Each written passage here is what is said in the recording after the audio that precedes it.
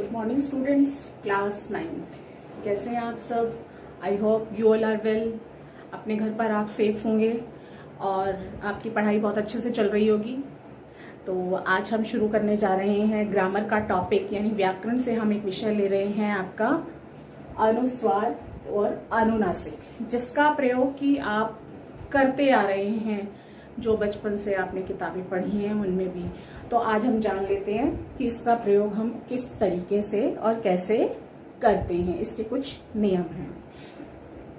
अनुस्वार और अनुनासिक, ये दो अलग अलग तरह की ध्वनियां हैं, यानी कि जो आपने स्वर और व्यंजन पढ़े हैं उनमें इन ध्वनियों को भी पढ़ा है। ये दो ध्वनियां भी उनमें होती हैं, जिनका हिंदी भाषा में बहुत महत्व है।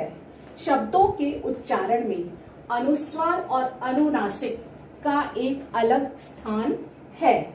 ये दोनों अयोगवाह कहलाते हैं। ये दोनों ध्वनियां हैं जो अनुस्वार और अनुनासिक, ये अयोगवाह कहलाते हैं। क्यों? क्योंकि ये ना तो स्वर है और न ही पूरी तरह से व्यंजन है। इनका प्रयोग शिरोरेखा के ऊपर किया जाता है। आप जानते हैं ना कि जब आप कोई शब्द लिखते हैं उसके ऊपर अगर आपको अनुस्वार या अनुनासिक का प्रयोग करना होता है तो जो हम लिखते हैं इस तरह से शिरोरेखा, यानी कि उसके ऊपर, शब्द के ऊपर एक रेखा बनाना क्या कहलाता है? शिरोरेखा। और उसके ऊपर इसका प्रयोग किया जाता है। तो सबसे पहले आज जो हम पढ़ने जा रहे हैं वो है अनुस्वार। हम दो टॉपिक हैं हमारे, अनुस्वार और अनुनासिक। तो हम सबसे पहले किसके बारे में जानेंगे? हम सबसे पहले जानेंगे अनुस्वार के बारे में। अनुस्वार का जो अगर हम टुकड़े करते हैं, अनु प्लस स्वर, अर्थात स्वर के बाद आने वाला स्वर, अनु मतलब उसका अनुसरण करना, उसके बाद आने वाला। वास्तव में इसका प्रयोग शब्द के आरंभ यानी कि शुरू में न आकर मध्य या अंत में होता है, बीच में या अंत में होता है। यह नासिक्य ध्वनि है। नासिक्य ध्वनि मतलब जब हम इसका उच्चारण करते हैं तो जो ध्वनि हमारी निकलती है वो नाक से निकलती है। यह नासिक्य ध्वनि है। इसका लिपि चिन्ह मतलब इसको हम लिखते कैसे हैं? शिरोरेखा के ऊपर एक बिंदु के रूप में यह लिखा जाता है। उच्चारण में इसके विभिन्न रूप होते हैं, यानी कि उच्चारण करते समय इसके विभिन्न रूप होते हैं, परंतु लेखन मतलब लिखते समय इसे बिंदु के रूप में, वर्ण पर लगने वाले बिंदु के रूप के द्वारा ही प्रकट किया जाता है। कुछ वर्णों का उच्चारण नाक से किया जाता है, उन्हीं वर्णों को हम नासिक्य ध्वनियां कहते हैं। यानी कि कुछ वर्णों का उच्चारण है जो नाक से किया जाता है, उन्हें हम नासिक्य ध्वनियां कहते हैं। जैसे अब यहाँ पर जो है आपने व्यंजन पढ़े होंगे, क ख ग घ य, इस तरह से करके। तो क्या है, इनके अलग अलग वर्ग होते हैं, यानी कि कै वाली पूरी लाइन, क ख ग घ अंग, इसको हम बोलते हैं अंग। लेकिन आजकल जो है बोलचाल की भाषा में इसको सब लोग क्या बोलने लगे हैं? अण। लेकिन इसका जो सही उच्चारण है वो है अंग। फिर है चय वर्ग। चय वर्ग में कौन कौन से वर्ण आते हैं? च, छ, ज, झ, ञ। फिर ट वर्ग में आते हैं ट, ठ, ड, ढ, ण। त वर्ग में आते हैं त, थ, द, ध, न। प वर्ग में आते हैं प, फ, ब, भ, म। तो ये सब क्या है? मतलब जो कै वाली लाइन में आ गए वो कै वर्ग में हो गए, जो च वाली लाइन में आए वो च वर्ग में हो गए। इनके अपने अपने वर्ग हैं।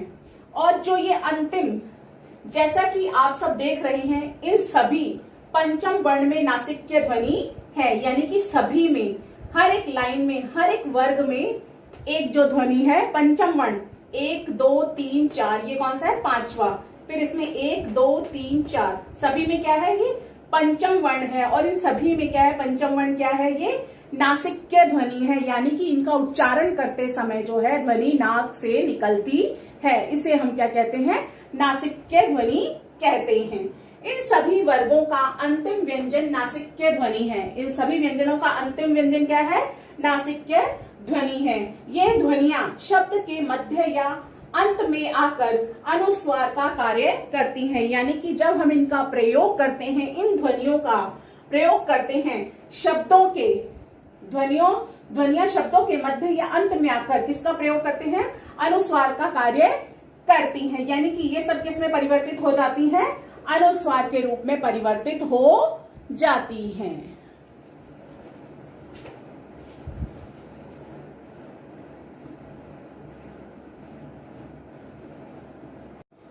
अब हम देखते हैं शब्द के मध्य में अनुस्वार की स्थिति, यानी कि शब्द के मध्य में अनुस्वार कहाँ स्थित होता है।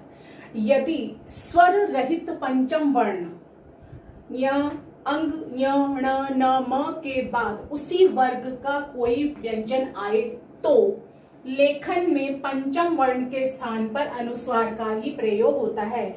यानी कि अगर पंचम वर्ण के बाद, यानी कि ये पंचम वर्ण है, इनके बाद अगर उसी वर्ग का, जैसे अगर कै वर्ग का बीच में ये अंग आ रहा है और उसके बाद कै वर्ग का ही कोई व्यंजन आ रहा है, तो क्या होगा, लेखन में यानी लिखते समय पंचम वर्ण के स्थान पर अनुस्वार का ही प्रयोग करेंगे, यानी पंचम वर्ण नहीं लिखेंगे, हम केवल बिंदु का प्रयोग करेंगे। किंतु उच्चारण में वह पंचमाक्षर की ध्वनि से ही उच्चारित होगा, यानी कि उच्चारण करते समय वो नासिक के ध्वनि से ही उच्चारित होगा। जैसे गंगा, एग्जाम्पल देखिए, गंगा। अब इसमें लिखा है कि यदि स्वर रहित पंचम वर्ण के बाद, अगर इस तरह से लिखा हुआ है पंचम वर्ण के बाद, ये क्या है, यहां पर पंचम वर्ण अंग आ गया और इसके बाद कोई व्यंजन आए तो व्यंजन आ गया, इसके बाद गए, तो ये क्या है, उसी वर्ग का है, तो यहां पर क्या होगा, अनुस्वार का प्रयोग, हम इसको जो है अनुस्वार में परिवर्तित कर देंगे। इसी तरह से है चंचल, यहां पर च वर्ग का पंचम वर्ण है और इसके बाद च वर्ग का ही वर्ण आ रहा है च, तो हम इसको अनुस्वार में परिवर्तित करके लिखेंगे। गंगा शब्द में अनुस्वार के बाद वाला व्यंजन ग है और ग क वर्ग का व्यंजन है, इसीलिए इसमें क वर्ग के पंचमाक्षर अंग का प्रयोग हुआ है। इसके अलावा चंचल शब्द में अनुस्वार के बाद वाला व्यंजन च है ना यहाँ पर, और यह च वर्ग का है, इसलिए इसमें च वर्ग के पंचमाक्षर अंग य का प्रयोग हुआ है। जैसे घंटा, ट वर्ग के अंतिम वर्ण न, ये है ना बीच में, और इसका प्रयोग हुआ है। दंत में न, त वर्ग के अंतिम वर्ण न का प्रयोग हुआ है। पंप में म, यानी प वर्ग के अंतिम वर्ण म का प्रयोग हुआ है। इन सभी पंचमाक्षर का प्रयोग नासिक्य ध्वनि अनुस्वार के रूप में हुआ है। अब है दूसरा बिंदु, ऊष्म व्यंजन, जो श, श, स, ह।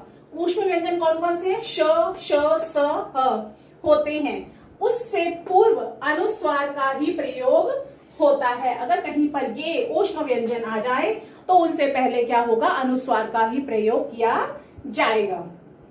अर्थात जिस वर्ण पर अनुस्वार यानी कि बिंदु लगा होता है, उसका अगला वर्ण यदि श, श, स, ह में से कोई भी होगा तो अनुस्वार ही बना रहेगा, यानी अगर अनुस्वार लगा हुआ है तो अनुस्वार के रूप में ही रहेगा, वह किसी भी आधे व्यंजन के रूप में परिवर्तित नहीं होता। जैसे वंश, ये श आ गया यहाँ पर और इससे पहले क्या है, अनुस्वार, तो अनुस्वार क्या है, इस स्थिति में अनुस्वार के रूप में ही रहेगा, बदलेगा नहीं। यहाँ पर स है, यहाँ पर भी ह है, तो क्या है, अनुस्वार के रूप में ही रहेगा। जैसे वंश, हंस, संहार आदि शब्द जिनमें अनुस्वार से अगले वर्ण क्रमशः श, श, स और है, इसलिए यहाँ शब्द में अनुस्वार की स्थिति में ही बना रहता है। अब है इसका तीसरा बिंदु, सम उपसर्ग के बाद अंतस्थ व्यंजन कौन से होते हैं? य, र, ल, व। और ऊष्म व्यंजन श, स, ह, जो आपको आपने बिंदु में, पहले वाले बिंदु में पढ़े हैं आपने। अंतस्थ व्यंजन या ऊष्म व्यंजन आए तो निश्चित रूप से म के स्थान पर अनुस्वार ही आएगा। जैसे सम प्लस सार, ये तो क्या है, ऊष्म व्यंजन है। यहाँ पर स क्या है, ऊष्म व्यंजन।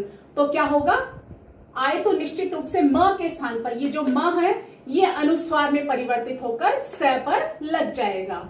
और सम प्लस वाद, व क्या है, ये अंतस्थ व्यंजन है। और अगर इससे पहले मैं आए तो क्या होगा, वो स पर अनुस्वार के रूप में लग जाएगा। फिर है शब्द के अंत में अनुस्वार की स्थिति। अगर शब्द के अंत में अनुस्वार है तो वो किस स्थिति में है। कई बार शब्द के अंत में मैं आने पर उसे भी अनुस्वार के रूप में लिखा जाता है, जैसे स्वयं, अहम, इस तरह से। आप संस्कृत में भी कई बार लिखते हैं, मां न लगा करके आप अहम लिख देते हैं इस तरह से। तो क्या होता है, ये अंत में आने पर अनुस्वार के रूप में लिखा जाता है। तो आज हमारा अनुस्वार और अनुनासिक में से अनुस्वार एक टॉपिक कंप्लीट हो गया है। तो आज हमने जो है अनुस्वार के बारे में जाना कि कैसे हम उसका प्रयोग किन किन स्थितियों में कहां कहां पर कैसे कैसे किया जाता है। Thank you.